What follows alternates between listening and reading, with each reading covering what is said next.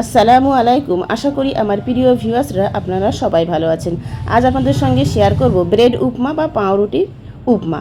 প্রায় দিনই তো আমরা ব্রেড দিয়ে প্রায় একঘেয়েমি রেসিপি খেয়ে থাকি, যেমন bread jam, bread butter, bread ডিম টোস্ট এই ধরনের। তবে ব্রেড দিয়ে এই রকমভাবে উপমা বানিয়ে খেয়ে দেখতে পারেন, সকালের জলখাবারে হোক বা বাচ্চাদের টিফিনে দেওয়ার জন্য হোক। খুব সহজেই ও অল্প সময়ের মধ্যেই বানিয়ে নিতে পারবেন। আজকে রেসিপিটি ভালো লাগবে লাইক কমেন্ট শেয়ার করবেন, নতুন বন্ধু হলে সাবস্ক্রাইব করে বেল বাটনটি অল করে রাখবেন, তাহলে আমি যখনই নতুন কোনো ভিডিও দেব সবার আগে নোটিফিকেশন আপনাদের কাছে পৌঁছে যাবে। তাহলে আসুন এই সহজ রেসিপিটি দেখে নেওয়া যাক। প্রথমেই ব্রেডগুলো টোস্ট বানিয়ে নেব। তার জন্য গ্যাসের চুলে একটা তাওয়া গরম হতে বসিয়ে দিয়েছি, আর গরম তাওয়াতেই আমি কয়েক পিস ব্রেড দিয়ে দেব। এখানে আমি মোট 10 পিস ব্রেড নিয়েছি। নিজেদের প্রয়োজন মতো ব্রেড বাড়িয়ে কমিয়ে নিয়ে নেবেন। গরম তাওয়াতে লো ফ্লেমে উল্টে পাল্টে এইভাবে ব্রেডগুলো সেঁকে নেব বা টোস্ট বানিয়ে নেব।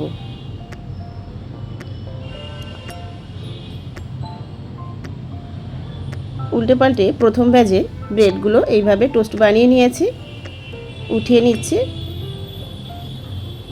এখনও পর্যন্ত ভিডিওটি যারা দেখছেন আর লাইক দিতে ভুলে গেছেন, একটা লাইক দিয়ে ভিডিওটি শেষ পর্যন্ত দেখবেন। বাকি ব্রেডগুলো আমি একই রকমভাবে উল্টে পাল্টে সেঁকে নেব বা টোস্ট বানিয়ে নেব।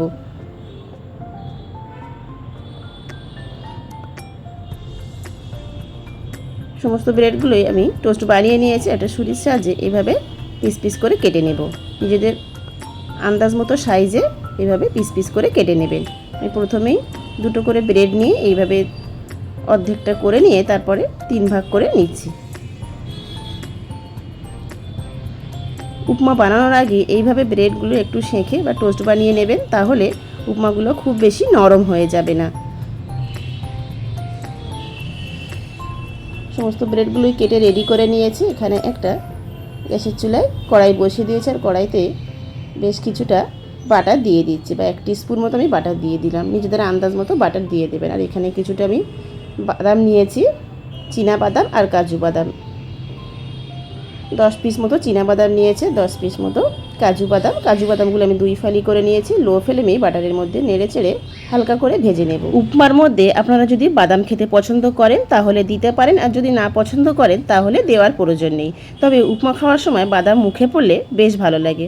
বাদামগুলো ভেজে আমি উঠিয়ে নিয়েছি। ওই একই কড়াইতেই বেশ কিছুটা সাদা তেল দিয়ে দিচ্ছি। এবার ফোড়নে দিয়ে দেব 1/2 টিস্পুন কালো সর্ষে, আর 1 টিস্পুন বিউলির ডাল, আর 1 টিস্পুন অড়হর ডাল। কয়েক সেকেন্ড লো ফ্লেমেই ভেজে নেব। 1 টেবিল চামচ সরু সরু করে কুচিয়ে নেওয়া আদা, একদম ছোট ছোট করে আমি কুচিয়ে নিয়েছি। আদা দেওয়ার পর কয়েক সেকেন্ড নেড়ে নিচ্ছি ফোড়নটাকে। নিজেদের পছন্দ মতো ফোড়ন দিয়ে দেবেন। আর স্বাদ মতো কাঁচা লঙ্কা কুচি দিচ্ছি। নিজেদের স্বাদ মতো কাঁচা লঙ্কা কুচি দিয়ে দেবেন, বাড়িয়ে কমিয়ে। আমি লাল আর সবুজ মিলিয়ে দিয়ে দিলাম। ফোড়নটাকে কয়েক সেকেন্ড ভেজে নিচ্ছি লো ফ্লেমে। এবার দেবো আমি এখানে 2টো মিডিয়াম সাইজের পেঁয়াজ। দেখুন একটু ছোট ছোট করে আর একটু মোটা মোটা করে আমি কুচিয়ে নিয়েছি। এইভাবে সব পেঁয়াজগুলোই দিয়ে দিচ্ছি। পেঁয়াজের কাঁচা গন্ধটা চলে যাওয়া পর্যন্ত একটু ভেজে নেব কয়েক মিনিট। আর এখানে আমি দিয়ে দেব 1 মুঠো পরিমাণ বা আন্দাজ মতো কারি পাতা। কারি পাতা দেওয়ার পর আমি সমস্ত ফোড়নের সঙ্গে কয়েক মিনিট ভেজে নেব। পেঁয়াজ খুব বেশি ভেজে নেওয়ার প্রয়োজন নেই। পেঁয়াজের কালার হালকা পিঙ্ক কালার চলে এলে এই রকম ভাজা হলেই এবার দিয়ে দেবো আমি এখানে টমেটো কুচি। 2টো বেশ বড় সাইজের টমেটো একটু ছোট ছোট করে কুচিয়ে নিয়েছি, দিয়ে দিচ্ছি। আপনারা চাইলে টমেটোটা পেস্ট বানিয়েও দিয়ে দিতে পারেন। পেঁয়াজের সঙ্গে আর সমস্ত ফোড়নের সঙ্গে টমেটোটাকে একটু নেড়ে নিয়ে এখানে স্বাদ মতো লবণ দিয়ে দিচ্ছি। লবণ দিয়ে একবার খুব ভালোভাবে নেড়ে দেব।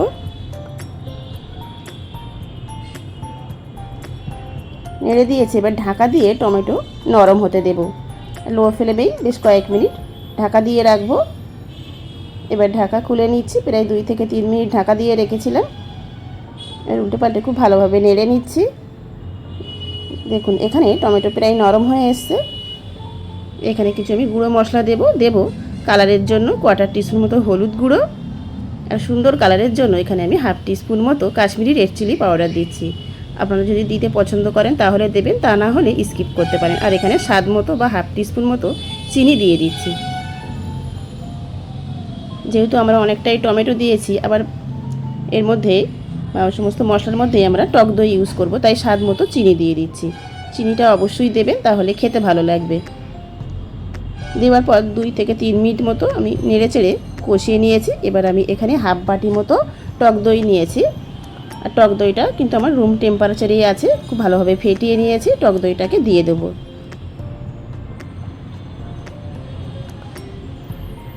এবার লো ফ্লেমেই রেখে গ্যাসের ফ্লেম এইভাবে অনবরত নেড়ে চেড়ে নিতে হবে। টক দই দেওয়ার সঙ্গে সঙ্গে কিন্তু অনবরত খুব তাড়াতাড়ি নেড়ে নিতে হবে, তা না হলে অনেক সময় টক দই কেটে যেতে পারে বা ছানা ছানা মতো হয়ে যেতে পারে। টক দই দেওয়ার পর কয়েক মিনিট এইভাবে নেড়ে চেড়ে কষিয়ে নিচ্ছি।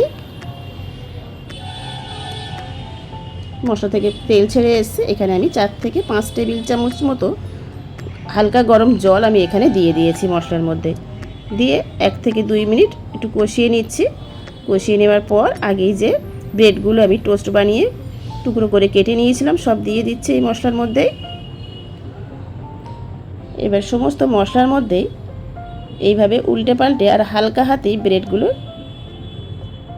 নেড়ে নিতে হবে। আর এইভাবেই উপমা রেডি করে নিতে হবে। আর হালকা হাতে নেড়ে নিতে হবে সমস্ত মশলার সঙ্গে, যেন সমস্ত ব্রেডের টুকরোগুলো খুব ভালোভাবে কোট হয়ে যায়। আপনারা চাইলে এই পর্যায়ে আরও 2 থেকে 3 টেবিল চামচ জল হাতে করে নিয়ে ছিটা দিতে পারেন, কিন্তু আমি আর এখানে দেব না, যেহেতু আমার সমস্ত মশলার মধ্যে হালকা জল ছিল, তাতেই আমার খুব সুন্দরভাবে কোট হয়ে যাচ্ছে। এখানে ব্রেডগুলো একদম গোটা গোটা থাকবে, অথচ সমস্ত মশলার সঙ্গে একদম খুব মাখো মাখো ভাব হয়ে যাবে। এখানে আমি কিছুটা ধনেপাতা কুচিও ছড়িয়ে দিচ্ছি, নিজেদের স্বাদ মতো দিয়ে দেবেন। আর আগেই যে বাদামগুলো ভেজে উঠিয়ে রেখেছিলাম সব দিয়ে দিচ্ছি। এই পাত্রে অল্প একটু বাটারও আছে, বাটারটাও ছেড়ে দিয়ে দিলাম। আর এখানেই স্বাদ মতো আমি একটা পাতিলেবুর অর্ধেকটারও একটু কম নিয়েছি, কয়েক ড্রপ পাতিলেবুর রস দিয়ে দিচ্ছি।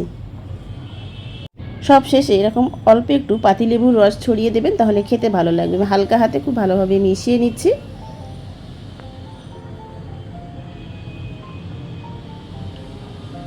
এবার গ্যাসের ফ্লেম অফ করে দিয়ে সার্ভিং প্লেটে উঠিয়ে নেব।